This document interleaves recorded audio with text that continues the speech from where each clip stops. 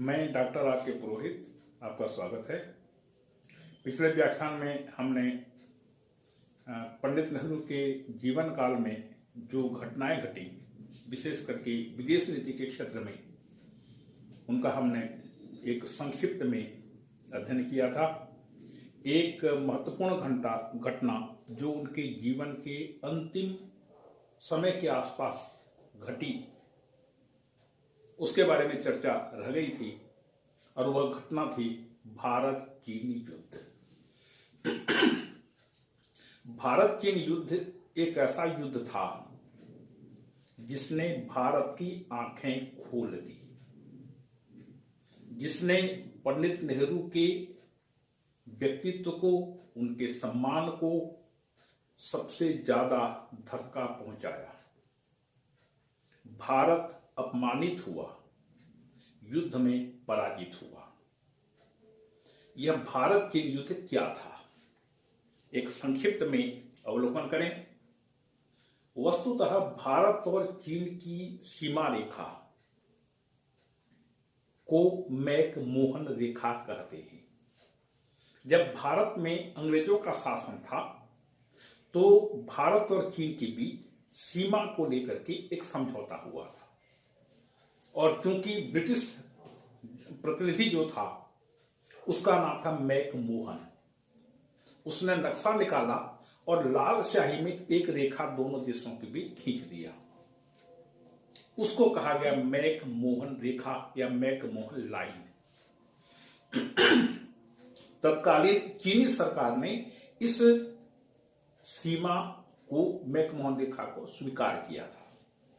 लेकिन जब चीन में साम्यवादी व्यवस्था की स्थापना हुई 1949 में, चाओ एन-लाई और माओ त्से-तुंग आए, इन्होंने इस रेखा को सीमा के रूप में स्वीकार नहीं किया।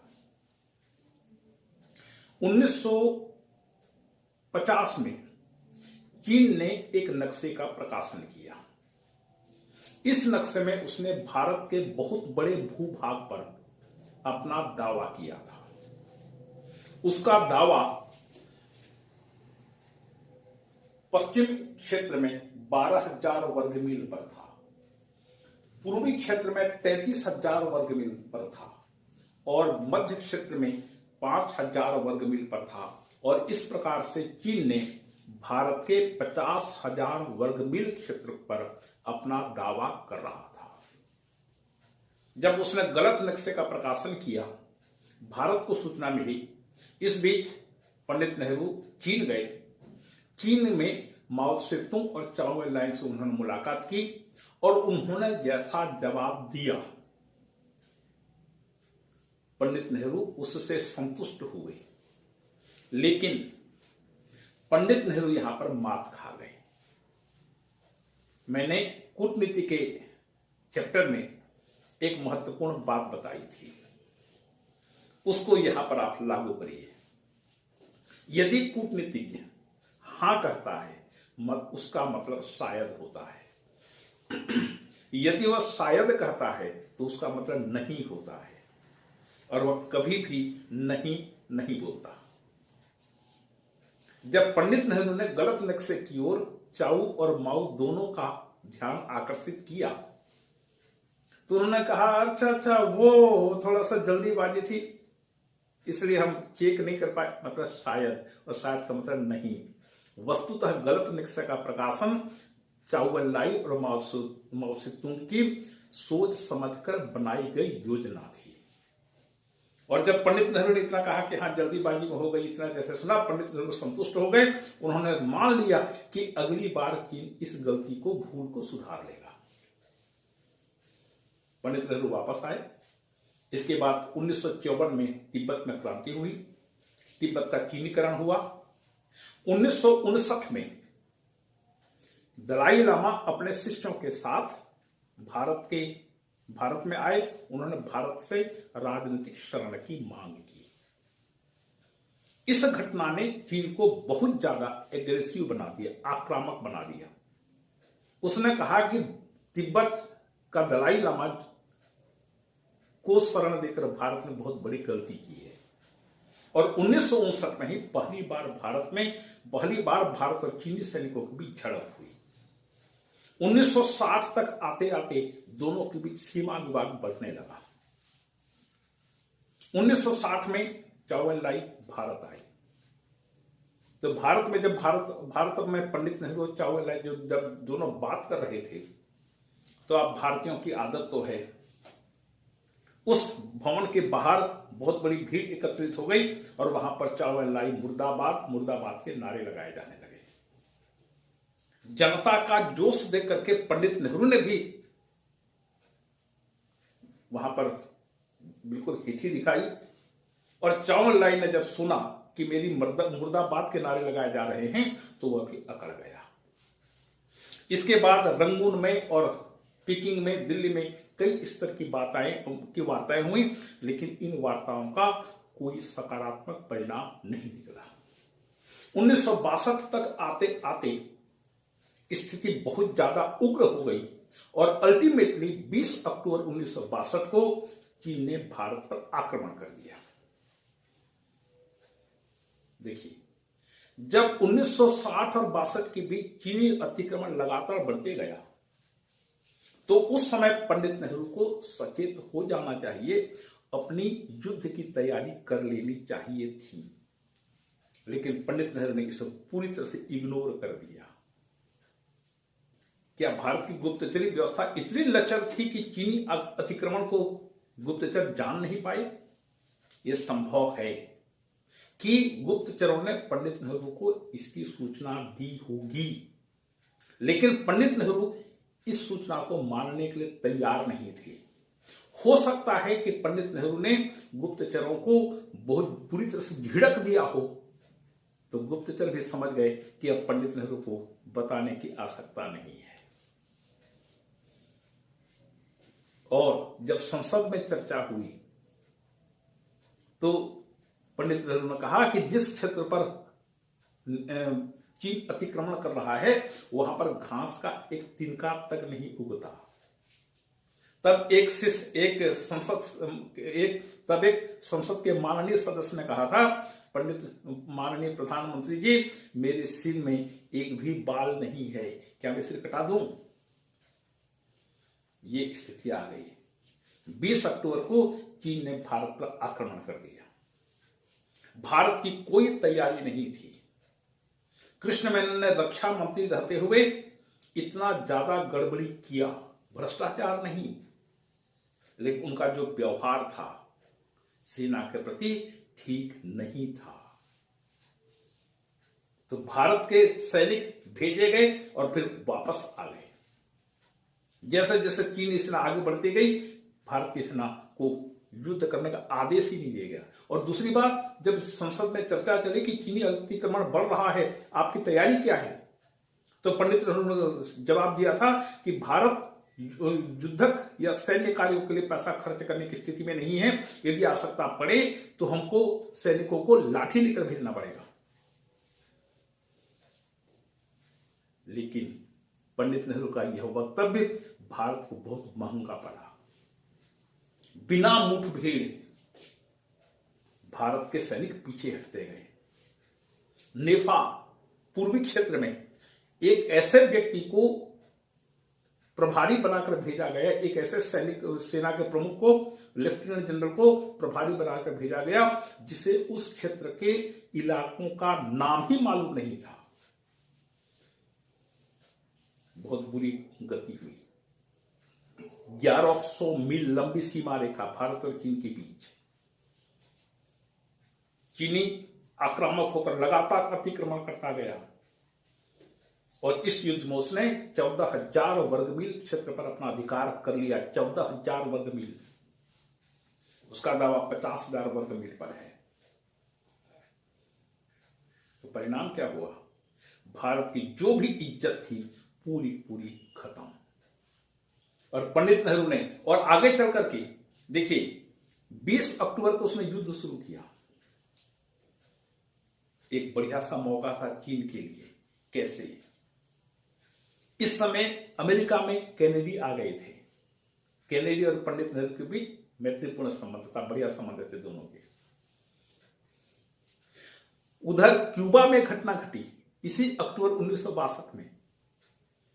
तो क्यूबा की घटना को लेकर के सोवियत संघ और अमेरिका आपस में आमने सामने आ गए थे, और इसी समय का फायदा उठाते हुए कि अमेरिका और सोवियत संघ तो वहां पर बिजी हैं, भारत की तरफ ध्यान नहीं दे पाएंगे सोच करके उसने भारत पर आक्रमण किया था। और जैसे ही क्यूबा की घटना टल गई, वहां का संकट टल गया, तब पंडित नेहरू ने कैनेडी से सहायता मांगी। और जब अमेरिका से, कनाडा से, फ्रांस से, इंग्लैंड से जब युद्धक सामग्री की सहायता भारत को मिलने लगी, तब चीन ने 20 नवंबर 1962 को एक पक्षीय युद्ध विराम की घोषणा कर दी और युद्ध खत्म हुआ।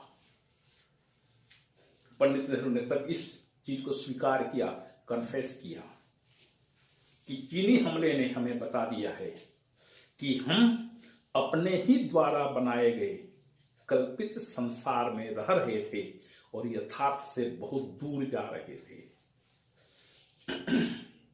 फ्रैंक मोरायस ने कहा, आंतरिक क्षेत्र में भारत की उपलब्धियां प्रशंसनीय थी, उल्लेखनीय थी, और अंतरराष्ट्रीय आवाज में भारत की आवाज, जो नेहरू की आवाज थी, को बड़े ध्यान से और सम्मान पूर्वक सुना जाता था।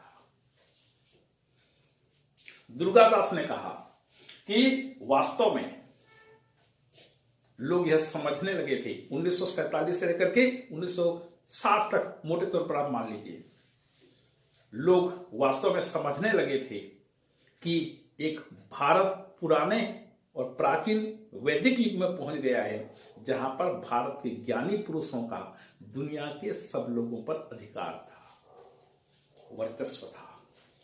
लेकिन पंडित नेहरू के शासन के अंतिम दिनों में यह पूरा का पूरा सपना टूट गया और भारत एक कल्पित जगत से वापस यथार्थवादी जीवन जीने के लिए मजबूर हुआ। भारत की पूरी जो प्रतिष्ठा थी वो पूरी तरह से मिट्टी में मिल गई। जिस गुटनिरपेक्ष आंदोलन को लेकर के पंडित नेहरू ने इतना लंबा चौड़ा काम किया था, 1955 से लेकर के 1961 तक, कोई भी गुटनिरपेक्ष राष्ट्र भारत के पक्ष में बोलने के लिए सामने नहीं आया। एक मलेशिया आया था, उसने चीन की आलोचना की थी। जिन पश्चिमी देशों से भारत इतनी दूरी बनाकर रखा था, उन्हीं पश्चिमी देशों ने भारत को सैनिक सहायता प्रदान की। 90 घंटे में अमेरिका ने 1000 टन युद्धक सामग्री, गोला बारूद, तमाम चीजें भेजी थी उसने। इसी प्रकार से कनाडा, फ्रांस, इंग्लैंड आदि देशों से भी हमको सैनिक सहायता की प्राप्ति हुई। तब चीन ने देखा, अरे ये तो गड़बड़ हो रहा है, पश्चिमी देशों से विपुल मात्रा में भारत को सहायता मिल रही है। तब चीन ने एक पक्षीय युद्ध विराम की घोषणा की। तो मतलब यह है कि पंडित नेहरू के जीवन के अंतिम काल में पंडित नेहरू की रही सही पूरी अंतर्राष्ट्रीय प्रतिष्ठा खत्म हो गई, तब भारत की इज्जत भी धूल में मिल गई। और इसी सदमे ने आगे चल करके पंडित नेहरू की मृत्यु का एक कारण बना। पंडित नेहरू जो भी थे, उन्होंने भारत की विदेश नीति को एक निश्चित सिद्धांत पर आधारित किया। और देखिए, यह गुटनिरपेक्षता की नीति पंडित नेहरू के द्वारा बनाई गई थी। उन्होंने जो सिद्धांत तय किए थे, उन सिद्धांतों पर आज भी अमल हो रहा है। तो इस विषय में कोई शंका नहीं होनी चाहिए कि भारत की विदेश नीति गलत है। भारत की विदेश नीति का सैद्धांतिक पक्ष बहुत बढ़िया है, यद्यपि क्रियान्वयन पक्ष, व्यावहारिक पक्ष पंडित नेहरू ने उसको इग्नोर किया। इसी के कारण भारत की प्रतिष्ठा धूमिल हुई। अब पंडित नेहरू के बाद लाल बहादुर शास्त्री आए। उनको बहुत कम समय मिला अंतर्राष्ट्रीय राजनीति में भाग लेने का अथवा भारत में शासन करने का। जून 1964 में उन्होंने पदभार ग्रहण किया, प्रधानमंत्री बने, और 10 जनवरी 1966 तक वो रहे। इस अवधि में जो प्रमुख घटना थी वह थी भारत पाकिस्तान के बीच संबंधों को लेकर के। उन्हीं को मुख्य रूप से देखें, एक कच्छ रण विवाद। कच्छ का पूरा क्षेत्र दलदली है, दलदल। तो उस दलदली क्षेत्र के 18 मील चौड़ी पट्टी पर पाकिस्तान ने अधिकार कर लिया। देखिए, जब कॉलेज में कोई नाटक होता है तो जो पात्र होते हैं पहले रिहर्सल करते हैं। रिहर्सल 2, 3, 8, 10, 15, 20, 50 बार कर लेते हैं। उसके बाद फिर उस नाटक का मंचन होता है। तो देखिए, कच्छ रण में पाकिस्तान ने रिहर्सल किया था। किसका? युद्ध का। अभी पाकिस्तान में 1965 में अयूब खान आ चुका था। अयूब खान जनरल था, जनरल अयूब खान। तो अयूब खान ने कच्छ के रण में रिहर्सल किया, युद्ध का अभ्यास किया, भारत को आजमाने का प्रयास किया। 1962 में भारत परास्त हो चुका था। तो कच्छ का रण जो दलदली क्षेत्र है उसके 18 मील चौड़ी पट्टी पर उसने अपना अधिकार कर लिया। क्या कहा? उसने कहा, अंतर्राष्ट्रीय कानून का उसने उद्धरण किया। अंतर्राष्ट्रीय कानून कहता है कि यदि दो राष्ट्रों के बीच एक नदी बहती है और नदी ही उन दोनों देशों की सीमा रेखा है, तो धार के ठीक बीचों बीच, धार नदी की चौड़ाई नहीं, पानी की धार के ठीक बीचों बीच दोनों देशों की सीमा रेखा मानी जाएगी। तो पाकिस्तानी दिमाग को देखिए, उसने कच्छ के रण को, जो कि दलदली क्षेत्र था, उसको उसने नदी का नाम दिया और उसने कच्छ के रण के आधे भाग पर कब्जा करने के उद्देश्य से 18 मील चौड़ी पट्टी पर अधिकार कर लिया। भारत को जैसे सूचना मिली लाल बहादुर शास्त्री को, उन्होंने सेना भेजी, दोनों के बीच झड़प हुई और युद्ध आगे बढ़े। इसके पहले ब्रिटिश प्रधानमंत्री हैराल्ड विल्सन ने मध्यस्थता की और मध्यस्थता करके दोनों के बीच युद्ध विराम समझौता करवाया। क्योंकि कच्छ के रण पर विवाद था, पाकिस्तान अपना दावा कर रहा था, इसलिए इस क्षेत्र के विवाद को निपटाने के लिए एक मध्यस्थ आयोग बनाया गया। भारत ने यूगोस्लाविया को अपना प्रतिनिधि चुना, पाकिस्तान ने ईरान को अपना प्रतिनिधि चुना और भारत पाकिस्तान की सहमति स्वीडन के लिए हुई। तो स्वीडन इसका अध्यक्ष बना और 2 सदस्य यूगोस्लाविया, ईरान, इन 3 राष्ट्रों का एक आयोग बनाया गया। उसने 1968 में अपना रिपोर्ट दिया और उस रिपोर्ट में कहा गया था कि कच्छ का रण का संपूर्ण क्षेत्र भारत का है, लेकिन चूंकि पाकिस्तान दावा कर रहा है, इसलिए इस क्षेत्र में शांति बनाए रखने के लिए 10% भाग पाकिस्तान को दिया जाता है। देखिए, ऐसे जो पंच निर्णय होते हैं, पंच निर्णय को मानना दोनों राष्ट्रों के लिए अनिवार्य होता है। यदि नहीं मानता कोई राष्ट्र तो उसकी अंतर्राष्ट्रीय साख खराब होती है, बिगड़ती है, गिरती है। इसीलिए आज चीन को उतना महत्व, उसके चीन की अंतर्राष्ट्रीय साख बिल्कुल नहीं है। और 1968 में जब यह निर्णय आया, उस समय श्रीमती गांधी थी, उन्होंने कहा कि ये जो फैसला है, फैसला हमारे पक्ष में नहीं है, यह पक्षपात करता है, लेकिन हम चूंकि वचनबद्ध थे इसलिए इस फैसले को मानते हैं, अन्यथा इसको हम इनकार भी कर सकते थे। तो इस प्रकार से 10% भाग पर अयूब खान ने कब्जा कर लिया। ये थी कच्छ के रण की घटना।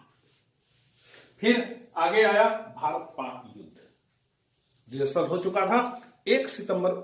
इस बीच इसके बाद पाकिस्तान ने भारत के विरुद्ध विस्फोमन करना शुरू किया।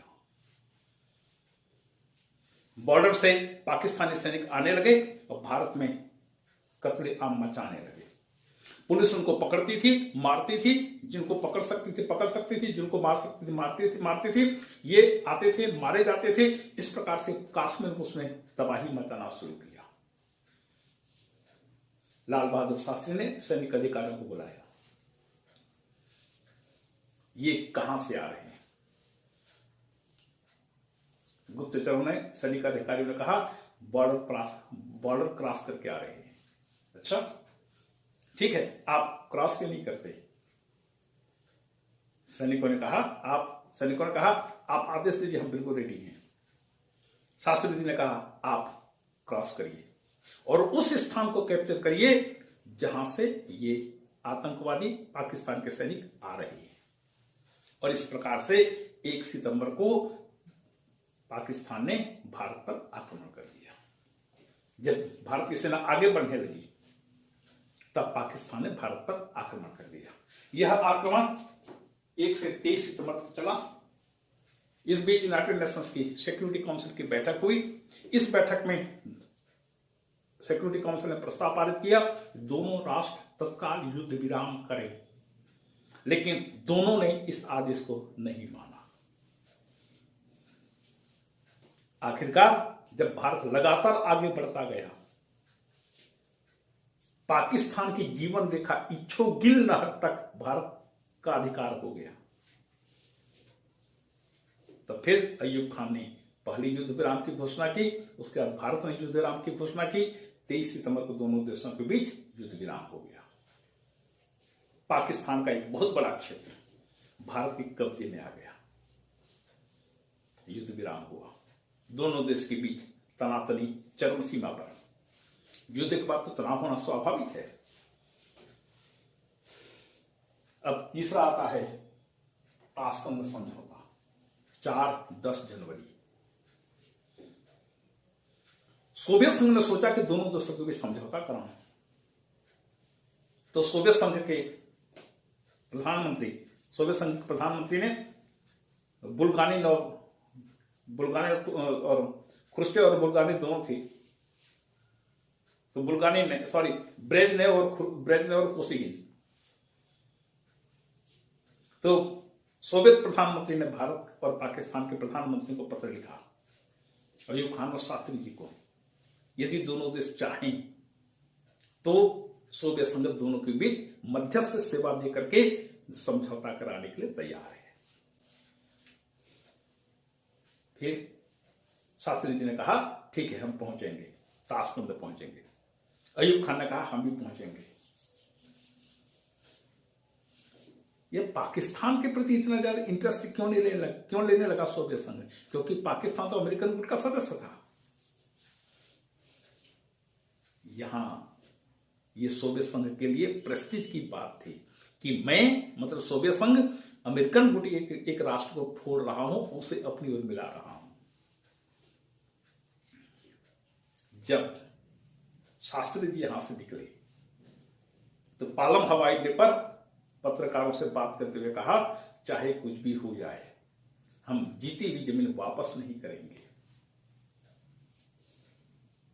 जब शास्त्री जी ताशकंद पहुंचे तो अय्यूब खान इसके पहले पहुंच चुका था और वहां पर पूरे सोवियत संघ के अधिकारी वहां पर जुट करके बैठे हुए थे कि हम भारत पाकिस्तान के बीच समझौता कराएंगे। ऐसा वातावरण बना दिया गया कि शास्त्री को झुकने के लिए बाध्य होना पड़ा। 4, 5, 6, 7 4 तारीख से वार्ता शुरू हुई। 4, 5, 6, 7, 8, 9 6 दिन हो गए, कोई समझौता नहीं हो पाया। शास्त्री जी अड़ गए कि हम जीती हुई जमीन वापस नहीं करेंगे। तब सोवियत संघ ने भारत पर दबाव डाला और आखिरकार शास्त्री जी को सिग्नेचर करने के लिए बाध्य होना पड़ा। बिना किसी शर्त के पाकिस्तान की जीती हुई जमीन उन्होंने वापस कर दी। इसके थोड़ी देर बाद रात को 9-10 बजे के आसपास शास्त्री जी ने अपनी पत्नी ललिता को फोन किया। उन्होंने पूछा, तुम्हें समझौता कैसा लगा? ललिता जी ने कहा, हमें तो अच्छा नहीं लगा बाबूजी। और इसके 2-3 घंटे के बाद रात को लगभग 1 बजे के आसपास शास्त्री जी का हार्ट अटैक होने से मृत्यु हो गई। ताशकंद समझौते से लिपटा हुआ उनका शव भारत आया। दोनों के, पंडित नेहरू और शास्त्री जी के कार्यकाल में सबसे बड़ा अंतर क्या था? शास्त्री जी विश्व शांति का पूरा भार अपने कंधे पर लेकर चलते थे, और जब भी अस्त्र शस्त्र की बात होती थी तो कहते थे हम विश्व शांति के पुजारी हैं, अस्त्र शस्त्र बनाएंगे तो दुनिया वाले क्या कहेंगे। तो समझिए कि शांति का एक बहुत बड़ा वजन था, एक बोझा था, उसको पंडित नेहरू हमेशा अपने कंधे पर या सिर पर लेकर घूमते थे। विश्व शांति का पुजारी शास्त्री जी के समय वो उन्होंने देखा ये बोझा है, उन्होंने पूछा ये क्या है, तो अधिकारी ने कहा ये शांति का बोझा है, विश्व शांति का बोझा है। पंडित नेहरू का इसको किनारे रखो, शास्त्री जी ने कहा इसको किनारे रखो। ठीक है, विश्व शांति के हम पुजारी हैं, लेकिन अकेले हम शांति की बात करेंगे तो हम अकेले दुनिया में शांति की स्थापना नहीं कर सकते। शांति स्थापना करना दुनिया के सब राष्ट्रों की जिम्मेदारी है। और जब श्रीमती इंदिरा गांधी आई, उन्होंने पूछा ये क्या है, तो बताया गया ये विश्व शांति का बोझा है। उन्होंने ऐसा किक मारा कि वह शांति नाम का बोझा हमेशा के लिए खत्म हो गया। तो देखिए प्रधानमंत्रियों का दृष्टिकोण, एक तरफ नेहरू जी आदर्शवादी, दूसरी तरफ शास्त्री जी 1962 में जो अपमानित हुए थे, 1965 की लड़ाई में भारत ने इस कलंक को धो दिया, लगभग धो दिया, थोड़ा थोड़ा दाग रहा, चिन्ह रहा, और पाकिस्तान को बुरी तरह से पराजित किया। इसके बाद श्रीमती इंदिरा गांधी आई। इंदिरा गांधी ने इन 1966 से लेकर 1977 तक लगभग 11 वर्षों तक भारत की प्रधानमंत्री रही। उनके शासनकाल में भारत की विदेश नीति वास्तविकता पर पूरी तरह से आधारित हो गई। कैसे? शक्ति पर आधारित विदेश नीति, शांति पर आधारित नहीं, शक्ति पर आधारित विदेश नीति। उन्होंने कहा कि शांति शांति बोलने से शांति नहीं आ सकती, शांति स्थापित करने के लिए शक्ति का भी होना आवश्यक है। आप मोहल्ले में जाइए रात को, हो सकता है मोहल्ले के कुत्ते आपको देखकर भौंकने लगे, आपको काटने के लिए दौड़े, लेकिन यदि आपके हाथ में लाठी है तो लाठी देखकर के कुत्ते भले ही भौंकेंगे, आपको काटने की हिम्मत नहीं करेंगे। तो यदि हम शांति स्थापित करना चाहते हैं तो हमारे हाथ में अस्त्र शस्त्र होने चाहिए। तो शक्ति पर आधारित विदेश नीति। दूसरी चीज गतिशीलता की नीति रही। श्रीमती इंदिरा गांधी के कार्यकाल में भारत की विदेश नीति गतिशील रही। कैसे गतिशील? उन्होंने कहा हम विश्व शांति के मार्ग पर चलने वाले राष्ट्रों में हैं, पाकिस्तान से लड़ लिया। उन्होंने कहा हम अपने सभी पड़ोसियों से मैत्रीपूर्ण संबंध स्थापित करने के पक्षधर हैं, पाकिस्तान से युद्ध कर लिया। फिर कहा हम युद्ध नहीं चाहते, लेकिन युद्ध किया और युद्ध के बाद भूमि वापस कर दिया। उन्होंने कहा कि हम अपने पड़ोसियों को बढ़िया से बढ़िया संबंध स्थापित करना चाहते हैं। चीन से तनाव भी हुआ और चीन के साथ राजनयिक संबंधों की पूर्ण स्थापना भी हो गई। उन्हें सैन्य संगठनों का विरोध किया, सोवियत संघ के साथ सुरक्षा मैत्री संधि कर ली 1971, और परमाणु बम नहीं बनाएंगे कहा, परमाणु बम विस्फोट कर लिया। और इतना ही नहीं, यूएनओ के प्रति आस्थावान होते हुए भी उन्होंने यूएनओ के आदेशों का उल्लंघन करने में कोई हिचक नहीं किया। परस्पर विरोधी चीज है। शांति चाहते हैं लेकिन युद्ध भी किया। यूएनओ के प्रति आस्थावान भी हैं, लेकिन यूएनओ का आदेश का उल्लंघन किया। यूएनओ का आदेश का उल्लंघन पिछले व्याख्यान में आ चुका है, शीत युद्ध के संदर्भ में आ चुका है। इसकी चर्चा फिर भारत पाकिस्तान संबंध में करेंगे। और सोवियत संघ के साथ मैत्री संबंध उन्होंने बहुत ही प्रगाढ़ बनाया। भारत और सोवियत संघ एक दूसरे के बहुत ही करीब आ गए। और इसीलिए भारत अभी भी रूस के साथ इन प्रगाढ़ संबंधों को अभी भी लेकर चल रहा है, क्योंकि अंतरराष्ट्रीय क्षेत्र में भारत को एक ऐसा विश्वस्त साथी चाहिए जो ऐन वक्त पर काम आने पर हमारा साथ देगी। और अरब देशों के प्रति झुकाव की नीति अपनाई श्रीमती गांधी ने। अरब देशों के प्रति झुकाव कैसे? 13 अरब देश हैं, एक इजराइल है। उन्होंने अरब देशों का झुकाव, अरब देशों के समर्थन करने की नीति अपनाई। खूब सारे इसके पीछे कारण थे और इसीलिए भारत को श्रीमती गांधी के समय में 14वां अरब देश कहा जाता था भारत को। और उन्होंने दुनिया के छोटे छोटे राष्ट्रों के साथ संबंध स्थापित करना शुरू किया। ये श्रीमती इंदिरा गांधी के कार्यकाल में भारत की विदेश नीति की विशेषताएं हैं। एक दो घटनाओं को देखें। अरब इस्राइल युद्ध 1967 में हुआ। 130 घंटे तक ये चला था, 5 दिन और 10 घंटा। और दुनिया में आज तक जितने भी युद्ध हुए हैं, इन सभी युद्धों में सबसे ज्यादा असर डालने वाला युद्ध था, जिसमें से अकेले इजराइल ने, छोटे से इजराइल ने 3 देशों की, मिस्र, सीरिया, लेबनान की पूरी हवाई शक्तियों का विनाश कर दिया, खत्म कर दिया पूरा।